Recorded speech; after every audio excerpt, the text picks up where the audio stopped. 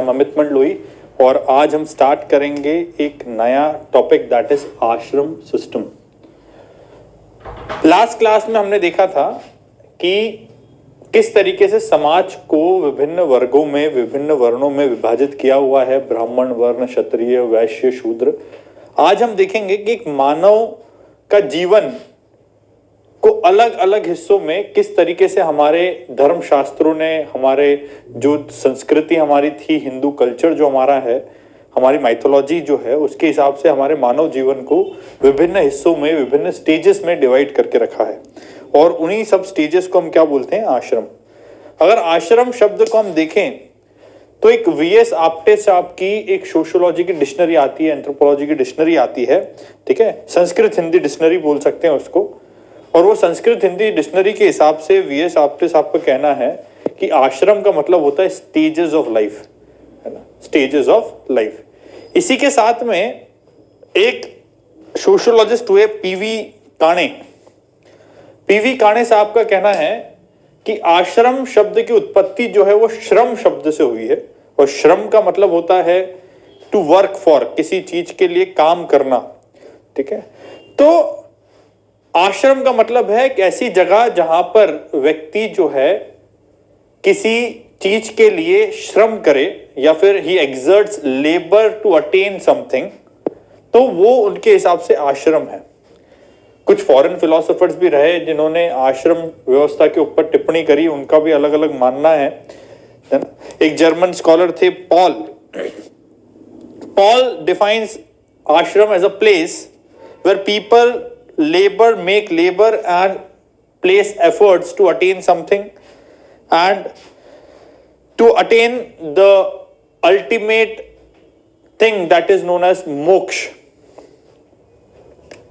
तो एक चीज अपन यहां पर कंक्लूड कर लें, objective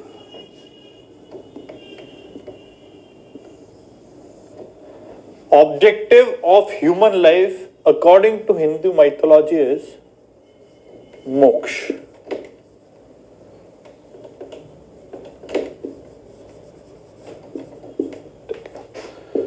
And what do we mean by moksha?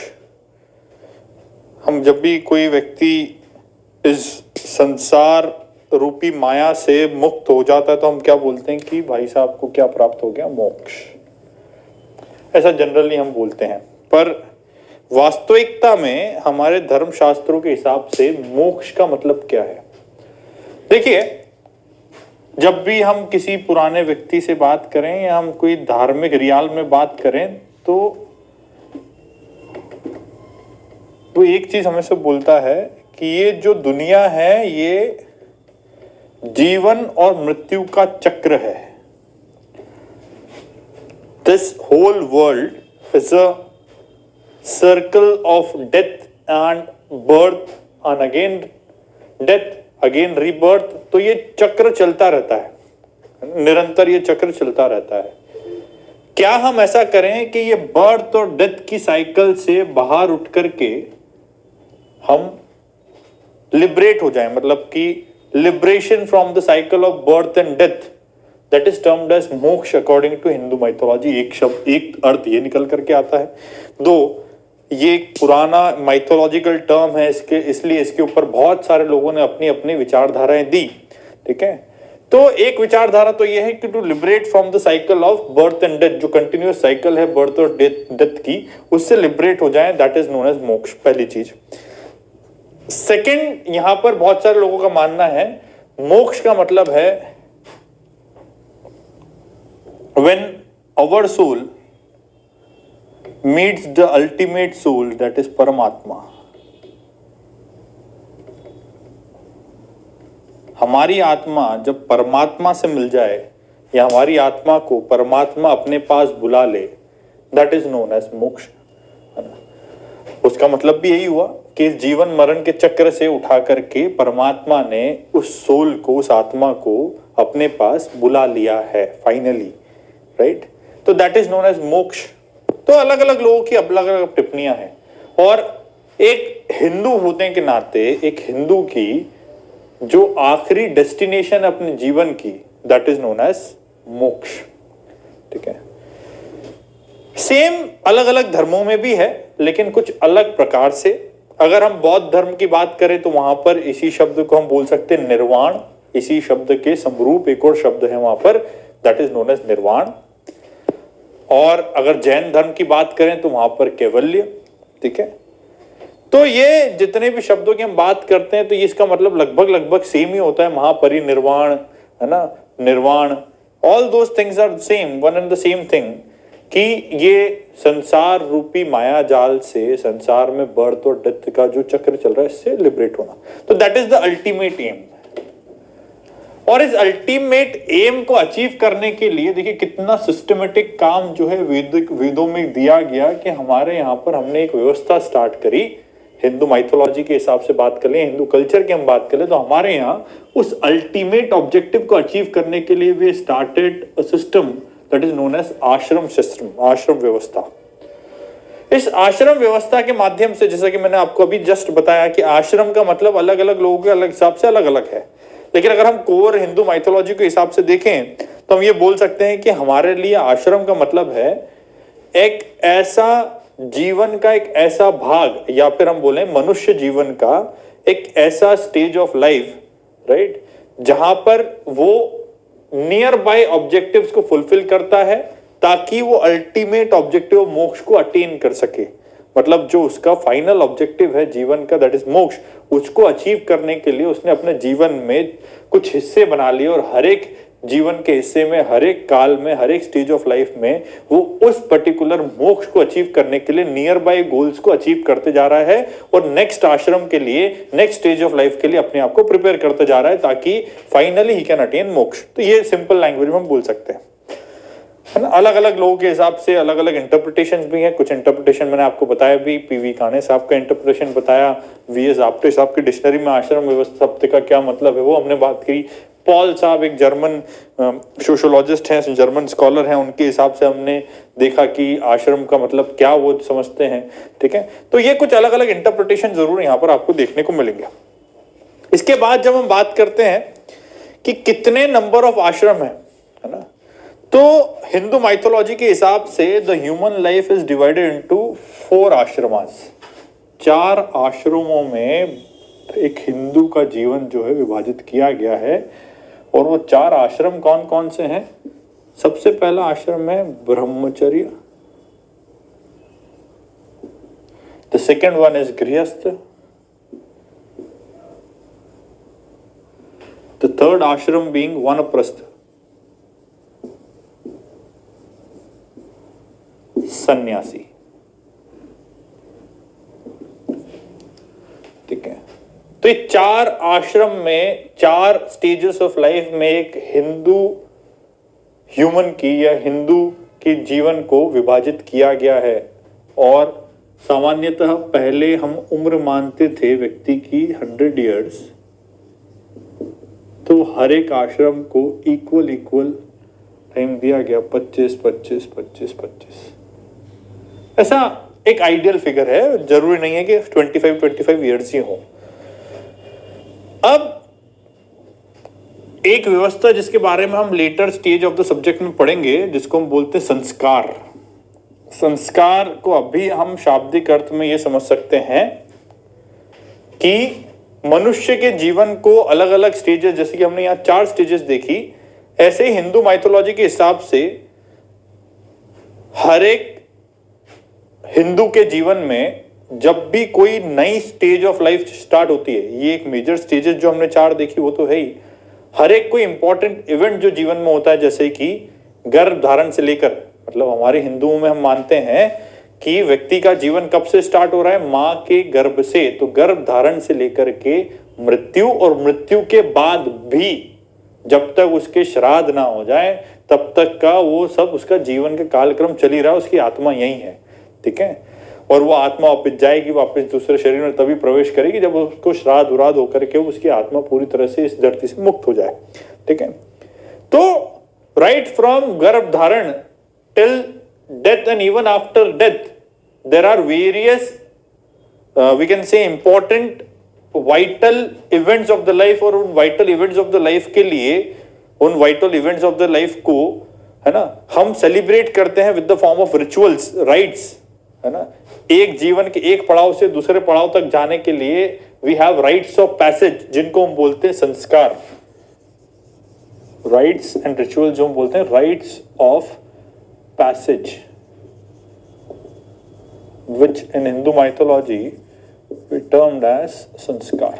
आगे हम संस्कार के बारे में पढ़ेंगे, हमारे सिलेबस में है 16 संस्कार, तो उनकी कुछ चीजें हम पढ़ेंगे। तो इसमें से एक संस्कार जिसके बारे में बात करेंगे दैट इज उपनयन संस्कार। अब ये उपनयन संस्कार जो है, this is basically the stage where a person enters brahmacharya आश्रम।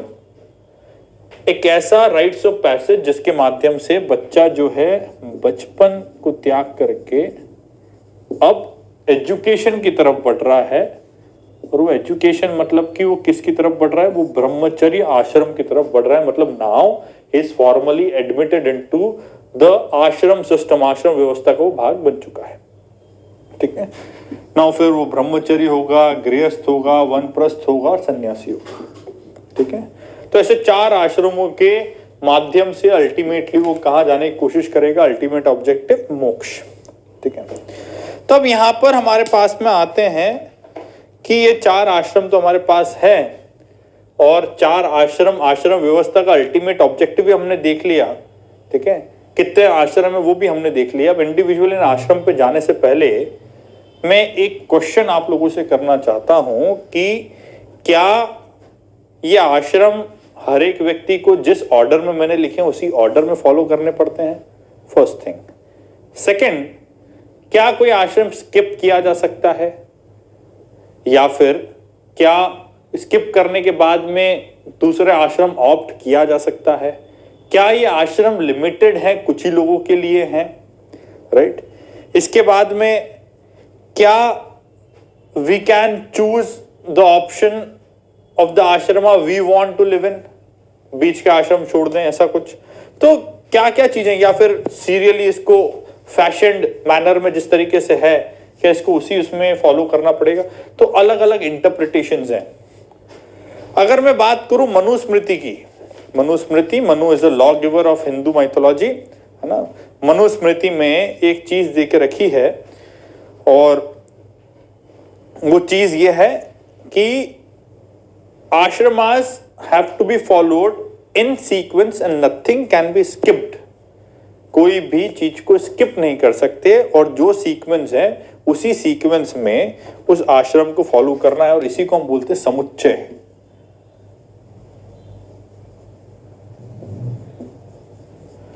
पहला interpretation of ashram as a scheme is samuchchaya. That means the person have to climb the ladder of this ashram as it is brahmacharya, then grihasth, then vanaprastha and then sannyasi। ये ladder इसी तरीके से उसको चढ़नी पड़ेगी। इस लैडर का कोई भी हिस्सा वो तोड़ करके आगे नहीं चढ़ पाएगा। First interpretation is this. Shri Krishna साहब ने भी, लॉर्ड श्री कृष्ण साहब नहीं बोल सकते, है ना, भगवान श्री कृष्ण ने भी अपने उद्देश्यों में यही कहा है कि all the ashrams are to be followed in orderly fashion in sequence only। ठीक है, और यही हमको यहाँ पर भी इस समुच्चय इंटरप्रिटेशन में देखने को मिलता है, orderly coordination. Second one is विकल्प, जो मैं सेकंड ऑप्शन बता रहा था आपके, मेरा जो सेकंड क्वेश्चन है उसका जवाब विकल्प। विकल्प means a person can skip आश्रम बाय हिज चॉइस।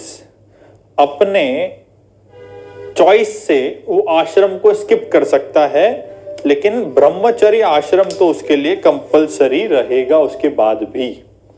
ठीक है, जब तक ब्रह्मचर्य आश्रम फॉलो नहीं होता तब तक वो आगे नहीं बढ़ सकता, लेकिन फिर भी after that he can skip. वो चाहे तो गृहस्थ आश्रम में जाए या फिर सीधा वनप्रस्थ और सन्यासी, ब्रह्मचर्य आश्रम लंबा ले ले। बहुत सारे लोग रहते हैं जो शादी नहीं करते, अब वो शादी नहीं करेगा मतलब उसके लिए गृहस्थ आश्रम यहाँ पर नहीं है। घर त्याग कर दिया उन्होंने, ब्रह्मचर्य के बाद से ही घर त्याग, वनप्रस्थ और सीधा सन्यासी बन गए। ठीक है, तो यह आश्रम स्किप हो सकता है। ये भी यहाँ पर संभावनाएं बनती हैं। ठीक है, इसके बाद तीसरा जो इंटरप्रिटेशन है, विकल्प मतलब ऑप्शन के हिसाब से स्किपिंग करना, तीसरा जो यहां पर इंटरप्रिटेशन बनता है दैट इज बाध या बाधा। बाधा मतलब ये गौतम उपनिषद में दिया हुआ है, ये इंटरप्रिटेशन बाधा का मतलब है ऑल अदर आश्रमास एक्सेप्ट गृहस्थ आर इनसिग्निफिकेंट। मतलब गृहस्थ आश्रम सबसे ज्यादा जरूरी है और वो सब लोगों को फॉलो करना ही पड़ेगा। ठीक है, ये गौतम उपनिषद के अंदर में दिया हुआ है ना। अलग अलग इंटरप्रिटेशन है, अलग अलग सिस्टम है, अलग अलग ऋषि मुनि, अलग अलग स्मृति देने वाले अलग अलग लॉ गिवर्स रहे, उन्होंने अपने हिसाब से सिस्टम को इंटरप्रेट किया है ना। समुच्चय मतलब सारे आश्रम जो है ऑर्डरली सीक्वेंस में फॉलो करने पड़ेंगे, नहीं तो पीछे वाले आश्रम के लिए हम प्रिपेयर, अगले वाले आश्रम के लिए हम प्रिपेयर नहीं हो पाएंगे। विकल्प मतलब कुछ आश्रम जो है अपनी इच्छा अनुसार हम स्किप कर सकते हैं। और बाधा मतलब कि बाध्य रूप से गृहस्थ आश्रम तो सब लोगों को फॉलो करना ही पड़ेगा। और वो गृहस्थ आश्रम इसलिए फॉलो करना पड़ेगा क्योंकि इस संसार रूपी चक्र को चलाने के लिए जीवन देना सबसे ज्यादा जरूरी है। जीवन देना मतलब टू प्रोड्यूस ऑफस्प्रिंग्स, है ना। अगर आम या स्लैंग भाषा में बोलूं तो अगर हमको सृष्टि को चलाना है तो हमको शादी रूपी बंधन में बंध करके, है ना, आने वाली पीढ़ी को जन्म देना पड़ेगा, तभी जाकर के ये सृष्टि चलती रहेगी। राइट, अगर सृष्टि नहीं चलेगी तो फिर ये जितनी भी चीजें हम पढ़ रहे हैं, ये संस्कृति सभ्यता, ये किसी काम की नहीं रहेगी। इसलिए कुछ फिलोसोफर्स, हिंदू फिलोसोफर्स बोल रहे हैं हम उनको, या फिर कुछ ऋषि, कुछ संत, उनका मानना है कि गृहस्थ आश्रम जो है सबसे ज्यादा महत्वपूर्ण और सिग्निफिकेंट है, क्योंकि उसी के माध्यम से सृष्टि आगे चल पा रही है, या कंटिन्यूटी जो चल रही है वो गृहस्थ आश्रम की वजह से चल रही है, इसलिए सबसे ज्यादा सिग्निफिकेंट वो आश्रम उनके हिसाब से माना गया।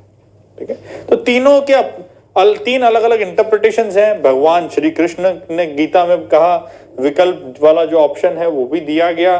ठीक है, तो अलग अलग ऑप्शंस जो हैं अलग अलग धर्म स्मृतियों में, धर्म शास्त्रों में दिए गए हैं। ठीक है, तो ये इंटरप्रिटेशन हो गया। Now we come on to, क्या सभी लोगों के लिए, are every person living in the society can equally opt this particular ashram व्यवस्था?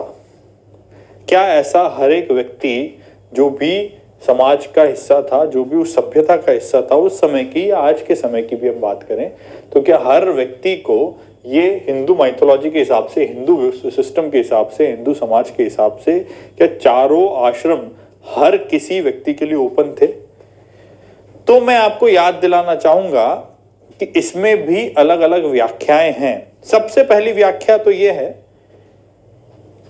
कि जब हम ऋग्वेदिक पीरियड की बात करते हैं, जब हम बात करते हैं ऋग्वेदिक सोसाइटी की, क्या ऋग्वेद के समय पर, या फिर हम बात करें अर्ली वैदिक सोसाइटी की, जब ये वैदिक सोसाइटी धीरे धीरे वैदिक सभ्यता स्टार्ट हुई थी, जब वर्ण व्यवस्था आई थी, तब की अगर हम बात करें तो वहां पर कहा जाता था कि एवरीवन इज बॉर्न शूद्र, हर व्यक्ति शूद्र पैदा होता है, लेकिन अपने कर्मों के आधार पर उसका वर्ण फिर आगे डिसाइड होता है, कर्म आधारित, है ना, वर्क बेस्ड सिस्टम। ठीक है, जो वो काम करेगा उसके हिसाब से उसको वर्ण मिलेगा। लेकिन धीरे धीरे जैसा कि समाज में परिवर्तन हुआ तो हमने देखा कि वर्ण व्यवस्था बर्थ बेस्ड बन गई, जो कि मैंने पिछले लेक्चर में आपको बताया। और मैंने एक चीज आपको और बताई कि जो इसमें शूद्र वर्ण जो है, इसके ऊपर बहुत सारी एट्रॉसिटीज की गई, एजुकेशन के अधिकार, ये सारे अधिकार उनसे छीने गए। ठीक है, तो ये चीजें वहां पर आपको देखने को मिली। इसीलिए अगर हम जब बात कर रहे हैं कि क्या सारे आश्रम हर वर्ण के व्यक्तियों के लिए खुले थे, तो नहीं। यहां पर हम बोलते हैं वर्ण आश्रम व्यवस्था, है ना। वर्ण एक अलग व्यवस्था है, आश्रम व्यवस्था जिसके बारे में हम अभी समझ रहे हैं। ठीक है, लेकिन बीच में इसको ब्रेक करके एक नई व्यवस्था मैं आपको बताना चाहूंगा, दैट इज नोन एज वर्ण आश्रम व्यवस्था।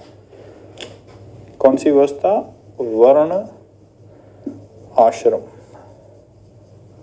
सिस्टम अलग अलग नहीं है, ये वर्ण और आश्रम एक ही शब्द यहां पर मैं लिख रहा हूं, वर्ण आश्रम सिस्टम। सोसाइटी डिवाइडेड इनटू ब्राह्मण, क्षत्रिय, है ना, इसको यहां से हटा देते हैं हम, वैश्य और शूद्र। अब देखिए, जब मैंने बताया था आपको वर्ण व्यवस्था के बारे में, मैंने बताया था कि शूद्र वर्ग को उपनयन संस्कार की अनुमतियां खत्म कर दी गई थी उत्तर वैदिक काल में। इसका मतलब तो ये हुआ कि जब उपनयन संस्कार होगा ही नहीं तो क्या ब्रह्मचर्य के लिए वो व्यक्ति एलिजिबल है? तो नहीं, इज नॉट एलिजिबल फॉर ब्रह्मचर्य, क्योंकि उपनयन संस्कार के अधिकार छीन लिए गए हैं। साथ ही साथ उपयोगिता के आधार पर अगर हम देखें, उपयोगिता के आधार पर अगर हम देखें तो खाली गृहस्थ आश्रम इनके लिए जरूरी है। जब एजुकेशन ली ही नहीं है ना, तो सन्यासी बनने का क्या उद्देश्य? किसी चीज की ज्ञान है ही नहीं, ना वेदों का ज्ञान ले पाया व्यक्ति, ना ही धर्मशास्त्रों का ज्ञान ले पाया, तो सन्यासी जीवन का फॉलो किस तरीके से करेगा? संभव नहीं है। और जब सन्यासी जीवन नहीं है तो सन्यासी जीवन के लिए प्रिपेयर करने के लिए जो एक वनप्रस्थ आश्रम रखा गया है ताकि व्यक्ति लिबरेशन की तरफ बढ़ सके, है ना, सांसारिक सुख सुविधाएं मोह माया को त्याग सके, है ना, और अपने ज्ञान का और विस्तार कर सके, उस आश्रम की तरफ बढ़ने के लिए कोई स्रोत है ही नहीं। मतलब एक ही आश्रम इसके लिए है, दैट इज गृहस्थ आश्रम। इसके अलावा शूद्रों को कोई भी आश्रम की परमिशन नहीं थी या उनके लिए यूजफुल भी नहीं था। पहली चीज। वैश्य, ब्रह्मचर्य और गृहस्थ, एजुकेशन जरूरी है, क्योंकि कुछ वैश्य मतलब ट्रेडर्स, मर्चेंट्स, इन वर्ग के लोग, इन वर्ण के लोग। अगर ट्रेडर है, मर्चेंट है, तो कुछ ज्ञान तो होना चाहिए, धर्म का ज्ञान भी होना चाहिए। धर्म के अलावा एजुकेशन, पैसे कैलकुलेट करने के लिए, कुछ चीज बनाने के लिए, कुछ चीज व्यापार करने के लिए एजुकेशन तो चाहिए। तो एजुकेशन का अधिकार तो मिलता था। गृहस्थ जीवन का अधिकार भी है, ठीक है। लेकिन मनी माइंडेड इंसान क्या वनप्रस्थ और सन्यासी लेगा? नहीं लेगा, आवश्यकता नहीं है, ठीक है। क्षत्रिय, ये तीन आवश्यकताएं हैं, लेकिन ज्ञान विस्तार की आवश्यकता नहीं है। चारों आश्रम खाली ब्राह्मण ही कंडक्ट कर सकता था। कुछ इस तरह का मैट्रिक्स बनता है। दैट मीन्स कि according to the status of the varna, according to the status of the Hindu individual, he was limited the rights of the ashram that he was accessing, या फिर there were certain limitations imposed when we moved down the ladder of the varna on the accessibility of the ashrams that he can access. तो ये कुछ इस तरीके से वर्ण आश्रम सिस्टम को हम बताते हैं। जब हम वर्ण आश्रम सिस्टम में ये बात करने की वर्ण के हिसाब से आश्रम के ऊपर लिमिटेशन, आश्रम डिसाइड कर सकते थे कितने आश्रम वो ले सकता है, कितने phases of life, stages of life रहेंगी। उसी के साथ में एक चीज आपको और बताते हैं कि जहां वर्ण जो है वो नेचर है, वहीं आश्रम जो है नर्चर है। This is a nature nurture relation between वर्ण एंड आश्रम। वर्ण जो है वो प्रकृति है, एक तरीके से समाज की प्रकृति है वर्ण में विभाजित होना, सोशल स्ट्रैटिफिकेशन में रहना। और वहीं हर एक वर्ण के लिए जो आश्रम बनाए गए वो उसको नर्चर करने के लिए, मतलब नर्चर मतलब एक तरीके से बोल सकते हैं अकल्चराइजेशन, या फिर उसको उसका पालन करना, उसको उस तरीके से आगे बढ़ाना, नर्चर करना, है ना, that is known as nurture, ठीक है। तो ये नेचर नर्चर सिस्टम है वर्ण एंड आश्रम। One is the status ladder and another one is the ladder towards the मोक्ष, अल्टीमेट ट्रुथ की तरफ लेडर, ठीक है। अब आता है एक और महत्वपूर्ण प्रश्न, ठीक है। और वो महत्वपूर्ण प्रश्न क्या है? वो महत्वपूर्ण प्रश्न ये है कि जब शूद्र को एजुकेशन के अधिकार छीन लिए गए तो क्या शूद्र के लिए मोक्ष संभव है या नहीं? हिंदू माइथोलॉजी में जब हम बोलते हैं ना कि 4 आश्रम के बाद में मोक्ष मिलेगा, या फिर सन्यासी बनने के बाद जब जीवन की मोह माया त्याग देंगे, सब चीज त्याग देंगे और मेडिटेट करके अपने आप को भगवान से जोड़ेंगे, तब जाके मोक्ष संभव है, जीवन मरण के चक्र से उभरना संभव है। तो जब शूद्र को ना एजुकेशन मिला, ना वो वनप्रस्थ, ना सन्यासी, कोई कुछ चीज है ही नहीं, खाली गृहस्थ आश्रम में जी रहा है, तो किस प्रकार से एक शूद्र मोक्ष ले पाएगा? पहली चीज, अगर ले पाएगा क्या, ये पहली चीज, और किस प्रकार से ले पाएगा ये दूसरी चीज। तो इस पर भी भगवान श्री कृष्ण ने गीता में टिप्पणी की है। क्या? कि वह व्यक्ति जो कि चारों आश्रमों को फॉलो नहीं कर सकता, उस व्यक्ति के लिए मोक्ष प्राप्त करने के लिए एक दूसरा मार्ग है, दैट इज नोन एज भक्ति मार्ग। मतलब कि भगवान की भक्ति करो, है ना, और उस भक्ति मार्ग से हर एक व्यक्ति मोक्ष प्राप्त कर सकता है। ठीक है, that means directly indirectly every Hindu can attain मोक्ष आइदर बाय दिस सिस्टम और बाय द सिस्टम ऑफ भक्ति मार्ग। ठीक है, तो अलग अलग व्यवस्थाएं भगवान खुद बता करके गए, और अलग अलग व्यवस्थाओं के माध्यम से हम जो है मोक्ष को प्राप्त कर सकते हैं। ऐसा हमारे हिंदू माइथोलॉजी में, है ना, या फिर हिंदू कल्चर में देख के रखा है। Whenever I am telling हमारी हिंदू माइथोलॉजी, हमारा हिंदू सभ्यता, आई एम नॉट नेग्लेक्टिंग कि बाकी व्यक्ति हमारे नहीं है ना, हमारा मतलब कि हिंदुस्तान में रहने वाले, है ना, सभी लोग लगभग मैं मानता हूं कि कहीं न कहीं हिंदू कल्चर को बिलोंग करते हैं। Hinduism is not a religion, Hindu धर्म नहीं है। हिंदू का मतलब है जीवन जीने की पद्धति। ऐसा सुप्रीम कोर्ट का भी मानना और ऐसा मेरा भी मानना है कि जो भी ये पद्धतियां हैं, ये सब जीवन जीने की पद्धतियां, कहीं पर भी यहाँ पर धार्मिक चीजें नहीं है।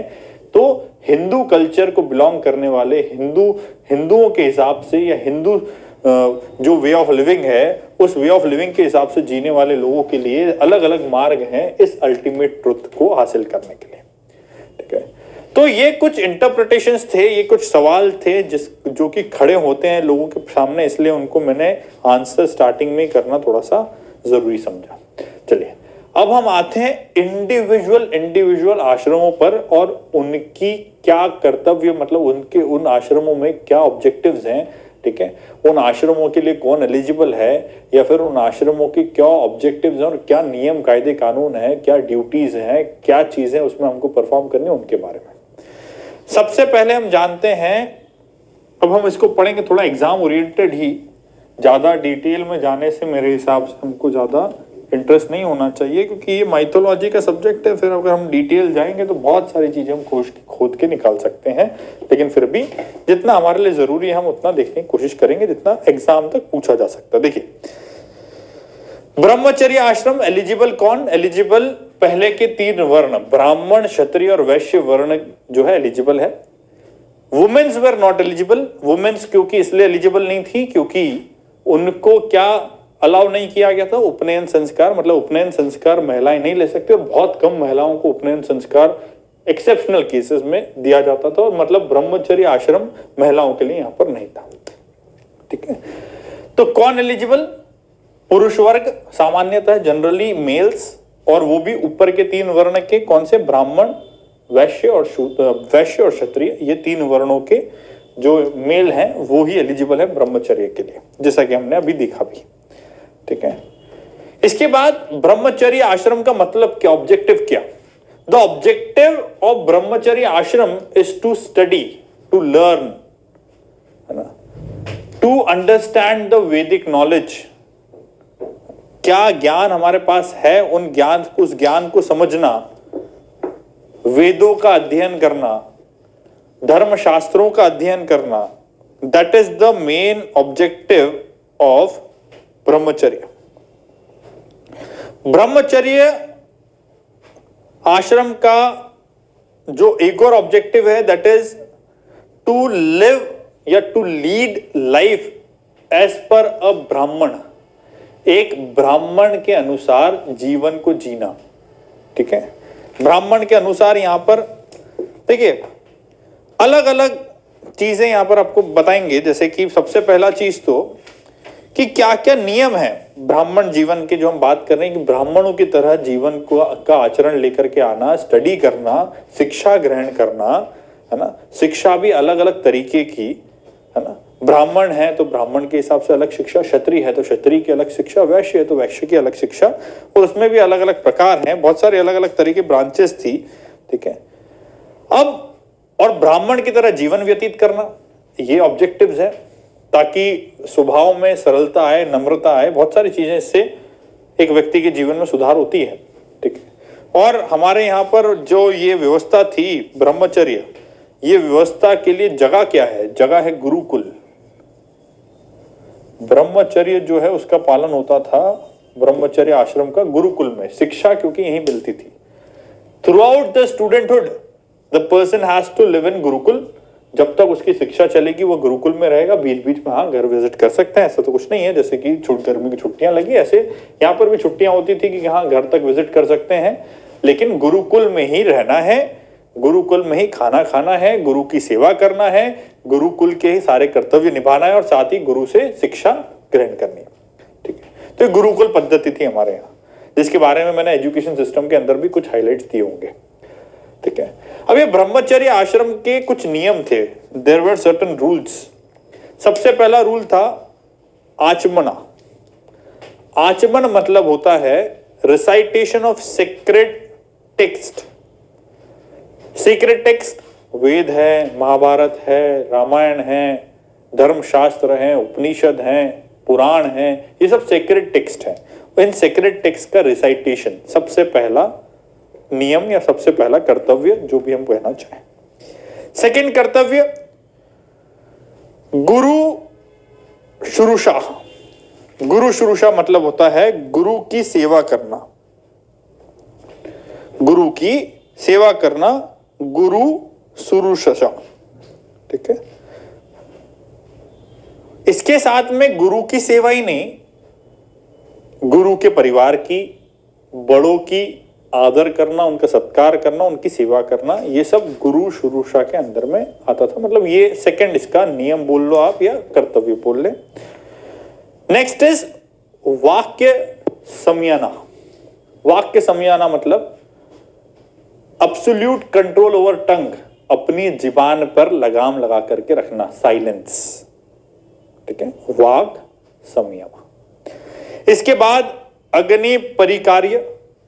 अग्नि परिकार्य का मतलब होता था कि जो हवन कुंड है, फायर अल्टर्स हैं, राइट, फायर प्लेस है, उसको मेंटेन करना, that is another function, another duty. Next was भिक्षा। आपने सुना होगा ना, भिक्षाम देही, ठीक है, मतलब गुरु के लिए, आश्रम के लिए, खुद के लिए सोसाइटी के अंदर जाकर के भिक्षा लेना, भिक्षा ग्रहण करना लोगों से, है ना। दूसरे जो लोग जो जी रहे हैं समाज के अंदर, राजा हो गए, दूसरे आम वर्ग भी, उनके यहाँ पर जाकर के भिक्षा मांगना, ठीक है। आस्किंग और begging for food for guru and to eat the leftover, जो गुरु के द्वारा छूट गया है उसको ग्रहण करना, ठीक है। सबके लिए पहले तो क्या करना है, हमको भिक्षा मांगनी है, बेग करना है फूड लोगों से, है ना, समाज के अन्य वर्गों से। और यहाँ पर भी एक नियम हुआ करता था कि एक ब्राह्मण जो है 5 घर से ही भिक्षा मांग सकता, ये नियम था। दो अब ये ऐसे नियम तो अभी तो नहीं है, लेकिन भिक्षाम देही करके जो व्यक्ति ब्राह्मण आपके सामने आता है वो 5 घर से भिक्षा मांगता है। वैसा ही वही जीवन जो है एक स्टूडेंट को ब्रह्मचर्य के दौरान में फॉलो करना पड़ता था, कि ब्रह्मचर्य आश्रम के फॉलो करने के दौरान ही has to go to places, homes and ask for some help, some kind of food grains जो उनको दिया जाता था, क्योंकि उस समय पे फूड ग्रेन्स, नगद नारायण तो चलता नहीं था, फूड ग्रेन्स ही जो है दक्षिणा में मिलता था। और फूड ग्रेन्स जो है वो गुरुवर, गुरु माता इनके लिए लेकर के आते थे। घर आश्रम में खाना बनता था, खाना बनने के बाद में गुरुजी पहले भोजन करेंगे और जो बचा हुआ खाना है वो शिष्य जो है वो खाएंगे। तो that was bhiksha. Next was sandhyopasana. संभ्यपासना का मतलब है सूर्य नमस्कार करना, सूर्य की पूजा करना। ठीक है, मॉर्निंग में भी, इवनिंग में भी, उगते हुए सूरज को भी प्रणाम, डूबते हुए सूरज को भी प्रणाम, सूर्य नमस्कार करना, that was another function. Next rule we can say was to maintain chastity, मतलब कि अपनी सेलिब्रेसी को लूज नहीं करना, है ना। We do not have to involve in sexual activities, ये एक नियम था। ठीक है, गुरु को जो सेक्रीफाइस देना है वो सेक्रीफाइस परफॉर्म करना। ठीक है, गुरु को दक्षिणा देना। ठीक है, जब पूरी की पूरी आपकी अगर हम बोलें शिक्षा खत्म हो जाए, उसके बाद जो सेक्रीफाइस गुरु मांगे, उस शिक्षा का मोल जो वो मांगे, वो गुरु दक्षिणा के तौर पर गुरु को प्रदान करना। जैसे एकलव्य से उनका अंगूठा मांगा गया था। So these were all the functions और रूल्स, है ना। स्टडीज की तरफ अपने अलग कर्तव्य थे, गुरु के तरफ अपने अलग कर्तव्य थे, जिसके बारे में हमने जाना। आश्रम के प्रति अपने अलग कर्तव्य थे। आश्रम के प्रति क्या कर्तव्य है? आश्रम में रहना, आश्रम की व्यवस्था करना। अगर गुरु की देखें तो गुरु आश्रम में जो कैटल्स हैं, पशु हैं, उनकी सेवा करना, पशु का ध्यान रखना, गुरु आश्रम की सफाई करना, गुरु का स्नान का ध्यान रखना। गुरु जब स्नान कर रहे हैं तो उनके केश धोना, उनको शैम्पू लगाना, जो हम बोलते हैं अब उस टाइम पे शैम्पू तो होते नहीं, नेचुरल चीजें जितनी रहती थी वो सब चीजें करना, बेत करवाना, खुद स्वयं नहाना। ठीक है, तो खुद के लिए ड्यूटी, स्टडीज के लिए ड्यूटी जो है ना, जो चीजें गुरु वर बताएं उसको रिसाइट करना, स्टडी करना, हाइम्स को स्टडी करना, है ना, जितना जितना वो पढ़ाए उसको स्टडी करते जाना। ठीक है, तो स्टडीज के प्रति अपनी कर्तव्य, गुरु के प्रति अपने कर्तव्य, आश्रम के प्रति अपने कर्तव्य, अलग अलग कर्तव्यों का पालन जो है ब्रह्मचर्य आश्रम के दौरान करना पड़ता है। सिग्निफिकेंस क्या है बेसिकली इस आश्रम का देखते हैं। सिग्निफिकेंस, सबसे मेजर सिग्निफिकेंस जो इस आश्रम का मेरे को जो लगता है, दैट इज, मेरे को से मतलब कि जो हमने पढ़ा उसके हिसाब से जो हमको लगता है कि क्या सिग्निफिकेंस होता है, सबसे मेजर चीज तो ज्ञान अर्जित करना, सबसे पहला सिग्निफिकेंस। ज्ञान होगा तभी उस ज्ञान का विस्तार किया जा सकता है। तो एक तो गुरु शिष्य परंपरा के माध्यम से हम व्यक्तियों को उस संस्कृति का ज्ञान जो है एक व्यक्ति से दूसरे व्यक्ति तक पहुंचा पा रहे हैं। सबसे पहली चीज संस्कृति का आदान प्रदान, एक व्यक्ति से दूसरे व्यक्ति, ज्ञान का आदान प्रदान एक व्यक्ति से दूसरे व्यक्ति तक, है ना। Passing on the knowledge to the generation was the major significance. Second, ब्रह्मचर्य आश्रम के अंदर रहते हुए हर व्यक्ति एक समान, एक रूप था। गुरु के आश्रम में ना कोई राजा का बच्चा था, ना कोई प्रजा का बच्चा था। हर व्यक्ति, हर बच्चा गुरु की नजरों में समान था। ऐसा एक आइडियल हम मान के चलते थे। और गुरुकुल पद्धति के दौरान में व्यक्ति के घमंड थोड़े शांत होते थे, स्वभाव निर्मल होता था, कैरेक्टर जो है दैट बिकेम मोरल, और मोरल एजुकेशन यहाँ पर परफॉर्म की जाती थी। तो जितने भी जो घमंड जैसी बात हम करते हैं, एटीट्यूड की जो हम बात करते हैं, ये सब चीजें जो है धीरे धीरे उसको चित पावन करने वाली जो चीजें हैं वो सब यही होती थी, ज्ञान अर्जित करने के अलावा। कैरेक्टर का फॉर्मेशन, तो ये ऐसी बहुत सारी चीजें हम जो देखते हैं, ये सब इसका सिग्निफिकेंस है इस आश्रम का। Next we move on to grihastha ashram. गृहस्थ आश्रम में एंटर करने से पहले एक और संस्कार होता है, दैट इज पानी ग्रहण संस्कार। अब वो व्यक्ति गृहस्थ आश्रम में प्रवेश करेगा, ब्रह्मचर्य खत्म होने के बाद में ज्ञान अर्जित हो गया। ठीक है, गृहस्थ आश्रम में basically a person has to repay all his depths, ऋण, है ना, गुरु ऋण, पितृ ऋण। ठीक है, तो ये जितने ऋण हैं एक व्यक्ति के ऊपर, पिता ने उनको पाला, माता पिता ने जो पाला, उनके प्रति जो उसके डेप्थ हैं, गुरु ने जो शिक्षा दी उसके प्रति जो डेप्थ है, इन डेप्थ्स को वो इस आश्रम में रहते हुए खत्म करेगा। साथ ही साथ प्रकृति को, सृष्टि को आगे बढ़ाने के लिए, है ना, ऑफस्प्रिंग्स जो है वो इसी आश्रम में आपको देखने को मिलेंगे। ठीक है, तो गृहस्थ आश्रम का एक सिग्निफिकेंस ऑब्जेक्टिव यहाँ पर ये भी है। गृहस्थ आश्रम में रहते हुए किस तरीके से क्या क्या ड्यूटीज हैं, तो ड्यूटीज एक तो पिता के प्रति, ड्यूटीज एक तो आश्रम के प्रति, ड्यूटीज अपने परिवार के प्रति, ड्यूटीज अपने बच्चों के प्रति, ड्यूटीज अपनी पत्नी के प्रति। ये सारी अलग अलग ड्यूटीज जो है एक गृहस्थ जीवन में व्यक्ति को लेनी पड़ती है।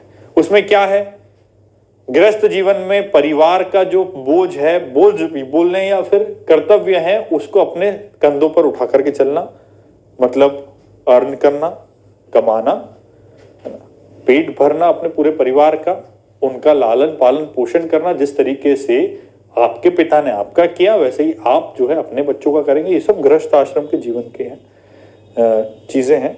अपने बच्चों की शादी कराना, ठीक है, अलग अलग रिचुअल्स जो है अपने बच्चों तक पास ऑन करना, ठीक है, ये सब चीजें एक गृहस्थ आश्रम के अंदर में है। बच्चा जब पैदा होता है तो पैदा होते से ब्रह्मचर्य में तो नहीं जा रहा, ठीक है, उसको वो ज्ञान जो प्रिलिमिनरी बेसिस का है, वो ज्ञान जो है वो भी परिवार के अंदर देना, वो भी गृहस्थ आश्रम का एक व्यक्ति का उद्देश्य है, कर्तव्य है। ऑब्जेक्टिव क्या है?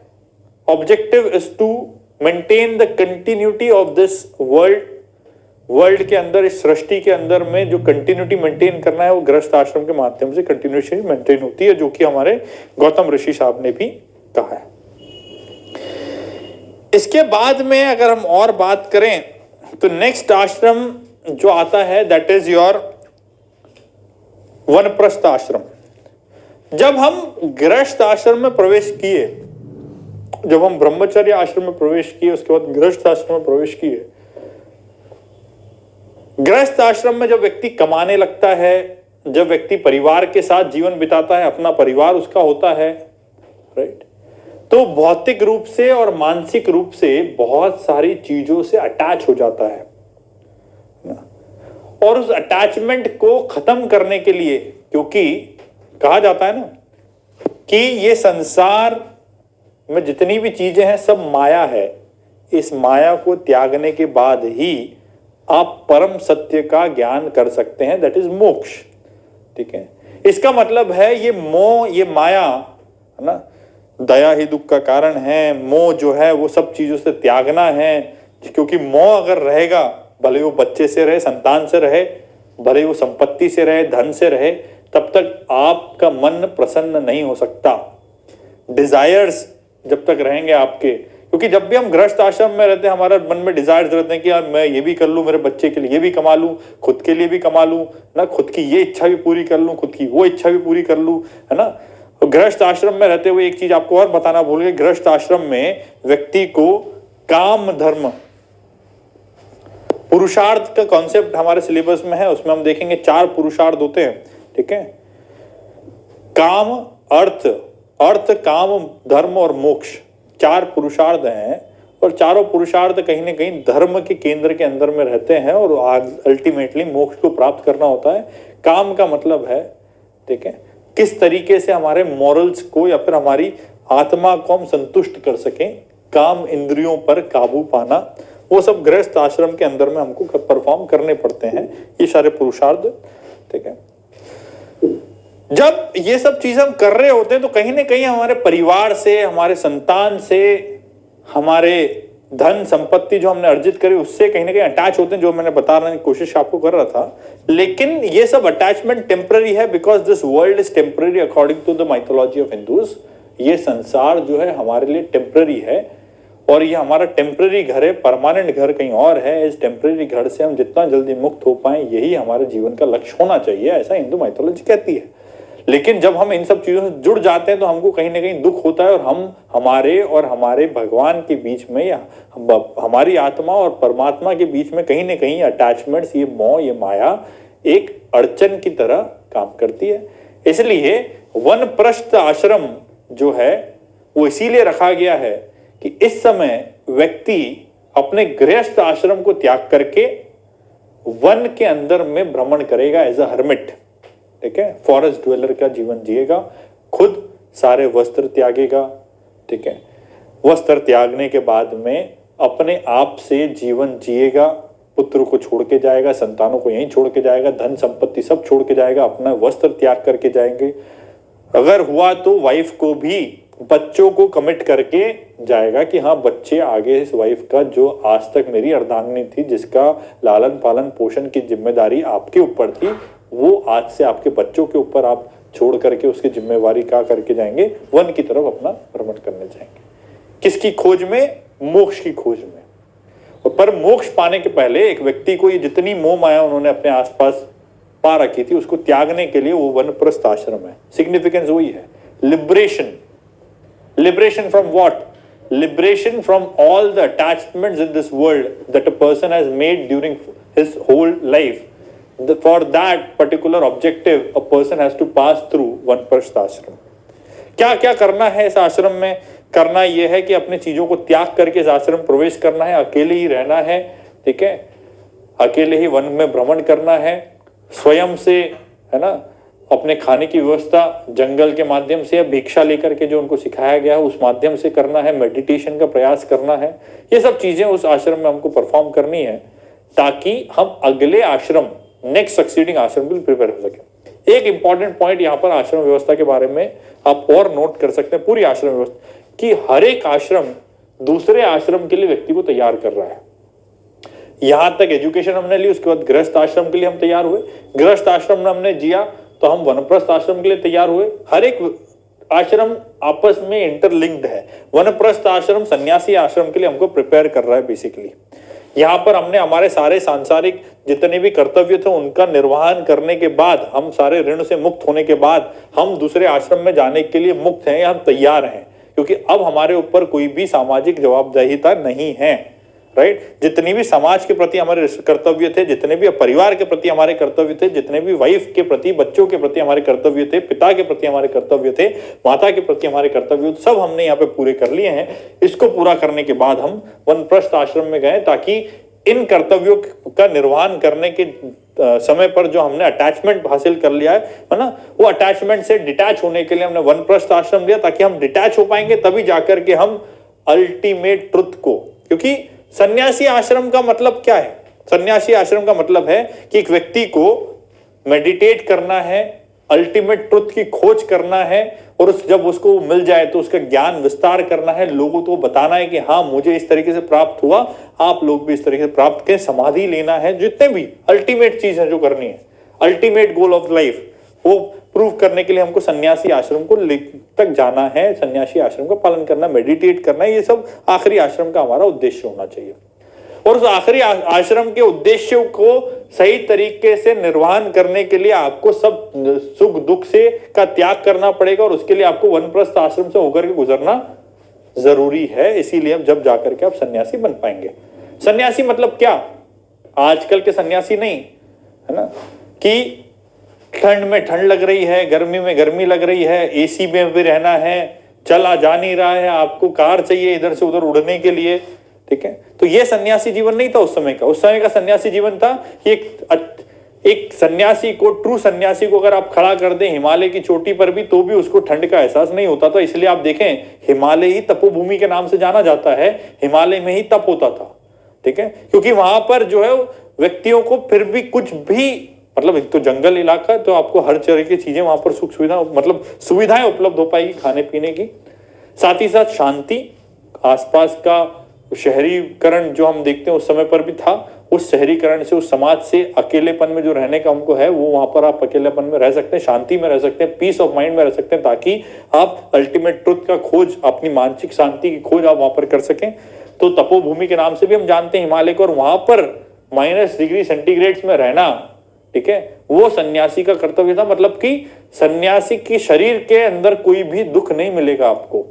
वो इतना तप कर चुके हैं, है ना, इतना त्याग कर चुके हैं हर चीज से, कि उनको किसी चीज से, किसी इमोशन से, वो सन्यासी क्या, जिसको छोटे छोटे इमोशन से वो बह जाए.